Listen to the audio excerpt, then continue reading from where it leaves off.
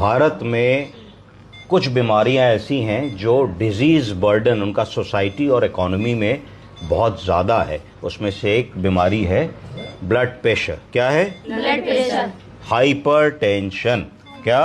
Hypertension. Hypertension के कारण प्रतिदिन हजारों लोग ऐसे हैं जिनको लकवा मारता है, पैरालिसिस होती है, स्ट्रोक होता है, इस्केमिक स्ट्रोक होता है, ब्लीड होती है, इंट्राक्रैनियल हैमरेज होता है, जिसके कारण कम उम्र में भी, जैसे कि हम देख सकते हैं, कम उम्र में भी आदमी चलने फिरने से मजबूर हो जाता है और बेड रिडन हो जाता है और लंबे समय तक बिस्तर पे आ जाता है और कई बार ऐसा होता है कि रिकवरी नहीं हो पाती है और बचा हुआ जीवन उसको बिस्तर पे निकालना पड़ता है। अर्थात अगर हम यहाँ देखें, हमारे पास लगभग 40 वर्षीय व्यक्ति हैं और 40 वर्षीय व्यक्ति में इतना बड़ा स्ट्रोक हुआ है कि वो बिस्तर पे आ गए हैं और एक 50-50% पॉसिबिलिटी है कि बचे हुए जीवन में वो अपने पैरों पे खड़े हो भी पाएंगे कि नहीं।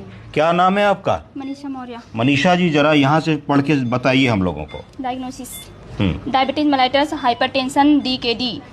और DKD का मतलब बताइए। Diabetes kidney disease. हाँ, diabetes kidney diabetic kidney disease. आगे बताइए। Ischaemic stroke currently with left frontal lobar bleed hypertensive. ये हमारे नॉर्मल। तो इन्होंने पढ़ा कि ये जो मरीज़ हमारे साथ हैं कुल 41 वर्ष के हैं, इनको डायबिटीज़ की भी बीमारी है, ब्लड प्रेशर की भी बीमारी है। क्योंकि इन्होंने अपनी डायबिटीज़ का ध्यान नहीं दिया तो डायबिटीज़ का एक कॉम्प्लिकेशन जिसमें किडनी खराब होने लगती है, जिसको डायबिटिक किडनी डिजीज़ DKD या डायबिटिक नेफ्रोपैथी कहते हैं, वो भी इनको हो गई। इसके साथ में इनको इस्केमिक स्ट्रोक भी हुआ। इस्केमिक स्ट्रोक का मतलब है कि इनकी कैरोटिड आर्टरीज पार्शली ब्लॉक्ड रही होंगी, ब्लड प्रेशर बढ़ा होगा और कैरोटिड आर्टरी से कोई क्लॉट निकल करके ब्रेन के सर्कुलेशन में गया होगा, जिसकी वजह से ब्रेन में ऑक्सीजन और ब्लड नहीं पहुंचा और इस्केमिक स्ट्रोक हो गया। सिर्फ इतना ही नहीं हुआ, इसके साथ में इनको लेफ्ट फ्रंटल लोबर ब्लीड हुई, हाइपरटेंसिव ब्लीड। ब्लड प्रेशर की दवा इन्होंने समय पे नहीं खाई होगी, जिसके कारण ब्लड प्रेशर बढ़ा होगा। ब्लड प्रेशर बढ़ने के कारण ब्रेन में रक्त कोशिका रप्चर कर गई होगी और रप्चर कर जाने से इंट्राक्रैनियल हैमरेज या ब्लीडिंग मरीज में हो गई होगी। इतनी बातें। अब बताइए क्या लिखा है ये? सर ये हाँ, presenting complain.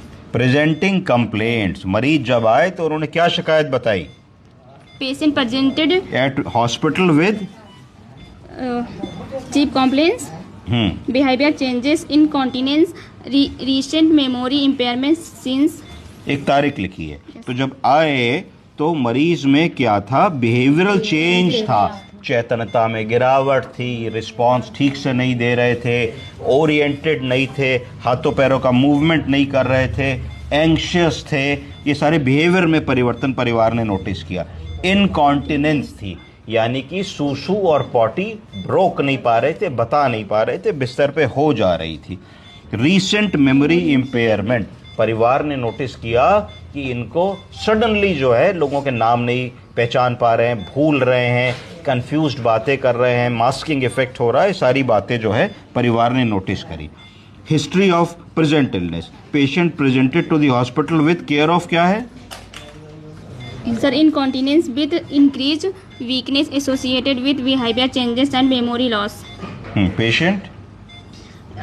Patient past history of diabetes mellitus, hypertension, DKD, stroke, small lacunar infarct with history of right side paralysis, है ना? No known drug allergy. तो इतनी बातें हमको इसमें पता लगी कि ये किस प्रेजेंटेशन से हमारे पास पेशेंट हमारे हॉस्पिटल में आए।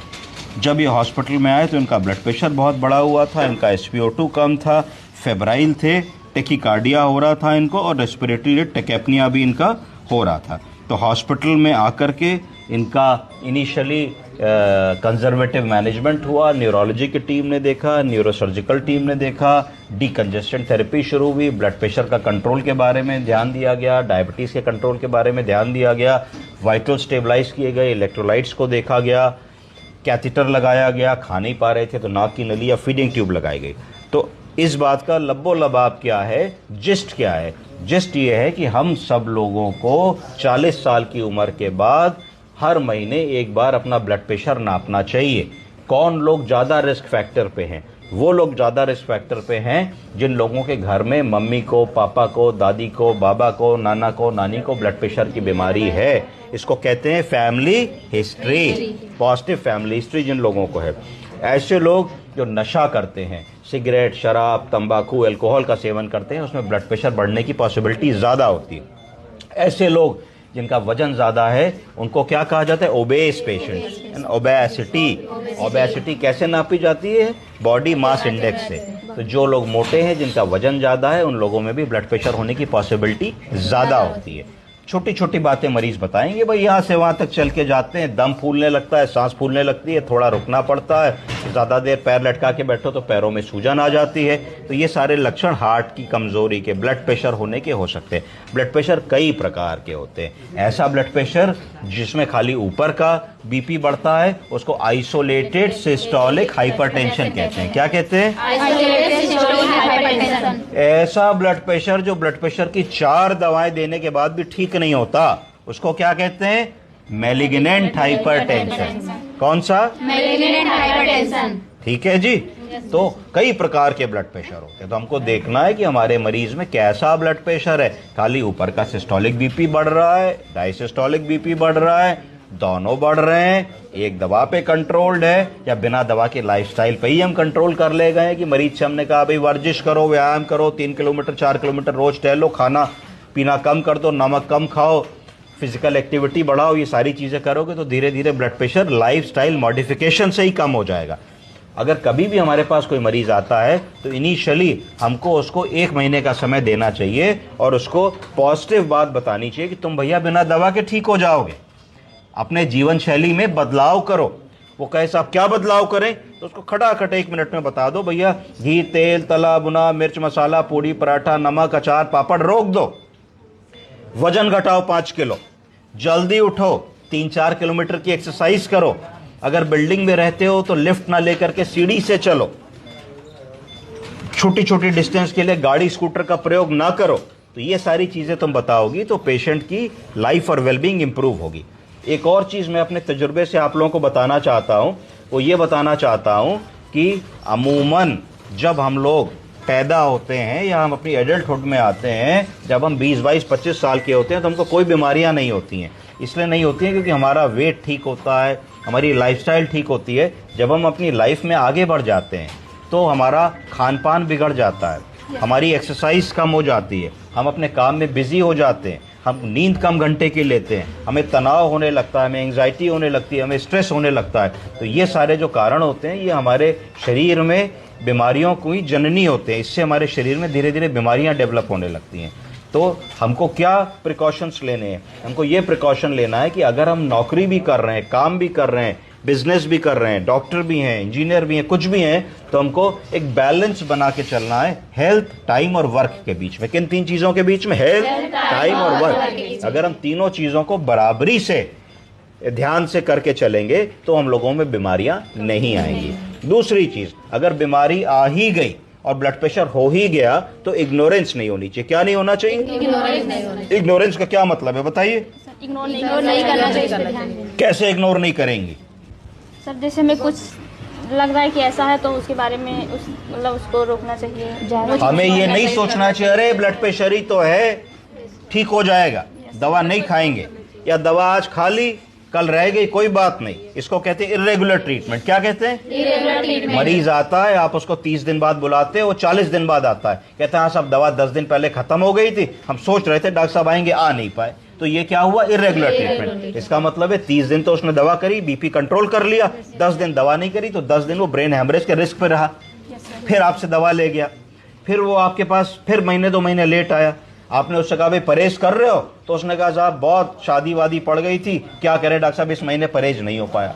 तो ये आपको बराबर काउंसिल करना है। डॉक्टर का खाली यही काम नहीं है कि वो उसको खाली दवा प्रिस्क्राइब कर दे, उसकी लाइफस्टाइल, उसकी फैमिली, उसके रिपरकर्शन कि अगर आप नहीं ध्यान देने वाले हैं और ये बीमारी आपकी बढ़ने वाली है तो आपको क्या क्या हो सकता है, उसको अगर हम थोड़ा सा उसके सारे एंगल्स बता देंगे तो फिर आदमी के मन में एक ये बात आ जाती है कि भाई अगर हम नहीं करेंगे ऐसा तो इतना बुरा भी मेरे साथ हो सकता है। तो ये सब कहने से उसकी क्वालिटी ऑफ लाइफ हम बढ़ा सकते हैं। क्वालिटी ऑफ लाइफ बढ़ाएंगे तो एक डिसेबिलिटी रोकेंगे। आप समझिए कि किसी के परिवार में एक 40 साल का आदमी अगर बिस्तर पे आ जाए तो अभी 40 साल का आदमी कम से कम 25 साल और काम करता, 65 साल तक ब्रेड अर्नर था, कमाता, रोटी ला के देता, उसके बीवी बच्चे उसी पैसे पे जीते, बच्चे पढ़ते, बूढ़े माँ बाप का ख्याल होता। अगर एक 40 साल का प्रोडक्टिव आदमी बिस्तर पे आ गया तो आप समझिए उस परिवार का क्या हुआ, बच्चे कैसे पढ़ेंगे, बूढ़े माँ बाप का कैसे होगा। तो अगर हमने ये डिसेबिलिटी रोकी होती, जो रोकी जा सकती थी, कुछ तो डिसेबिलिटीज ऐसी हैं जो हमारे कंट्रोल में नहीं है। भाई किसी को कैंसर हो गया तो हमारे कंट्रोल में नहीं, कोई गाड़ी के नीचे आ गया तो हमारे कंट्रोल में नहीं है, किसी को कुछ और हो गया तो कंट्रोल में नहीं है, बाढ़ आ गई, कोई डूब गया तो कंट्रोल में नहीं है, सुनामी आ गई कंट्रोल में नहीं। पर blood pressure, diabetes, thyroid, coronary artery disease, ये सारी चीज़ें हमारे कंट्रोल में हैं और इसको बहुत ही अच्छी तरीके से हम लोग हैंडल कर सकते हैं, मैनेज कर सकते हैं। तो यही इस बात से हमें समझना है कि हमें अपने मरीजों को जो भी लॉन्ग टर्म इलनेसेस हैं उनके बारे में बताना है और कहना है कि भाई परेशान मत हो, आपको ये बीमारी हो गई, लाखों लोगों को है हमारे देश में, करोड़ों लोगों को है हमारे देश में और सब अपनी नॉर्मल लाइफ जीते हैं। धोखा उन्हीं लोगों में होता है जो लोग अपनी दवा को समय पे नहीं खाते, डॉक्टर या नर्स के इंस्ट्रक्शंस को नहीं समझते, जो लोग जीवन को लाइटली लेते हैं ना। बहुत से ऐसे लोग हैं जो शराब पी के गाड़ी चलाते हैं, उनका एक्सीडेंट होता है कि नहीं, उन्होंने जीवन को लाइटली लिया। बहुत सारे ऐसे लड़के हैं जो मोटरसाइकिल पे 3 लोग बैठ के, 4 लोग बैठ के हिला हिला के चलाते हैं मोटरसाइकिल, उन्होंने अपने जीवन को लाइटली लिया। ऐसे लोग हैं जो 4 लोग हिला हिला के मोटरसाइकिल लहरा लहरा के चला रहे, हेलमेट भी नहीं लगाते, तो उन्होंने अपने जीवन को और लाइटली लिया। मैं तो जब ऐसे लोगों को देखता हूं तो मन में बात आती है, ये अपने माँ बाप के बारे में बेचारे क्यों नहीं सोचते। अगर एक 18-20 साल का बच्चा किसी का गाड़ी के नीचे आ गया और हेड इंजरी हो गई और पैरालिसिस हो गई तो बचा हुआ जीवन उसकी देखभाल कैसे होगी। तो ये सब चीज़ें हैं। तो आप समाज में उस स्थान पे हैं कि लोग आपकी बात सुनते हैं, समझते हैं, सारी ज़िंदगी आपको दीदी, नर्स, सिस्टर, नर्सिंग ऑफिसर लोग कहेंगे, तो आपको अपने लेवल से बेस्ट फैमिली को बताना है जिससे कि जो प्रॉब्लम आई है वो भी सॉल्व हो और आने वाली प्रॉब्लम कैसे बच सके इसके बारे में भी चर्चा करनी। धन्यवाद।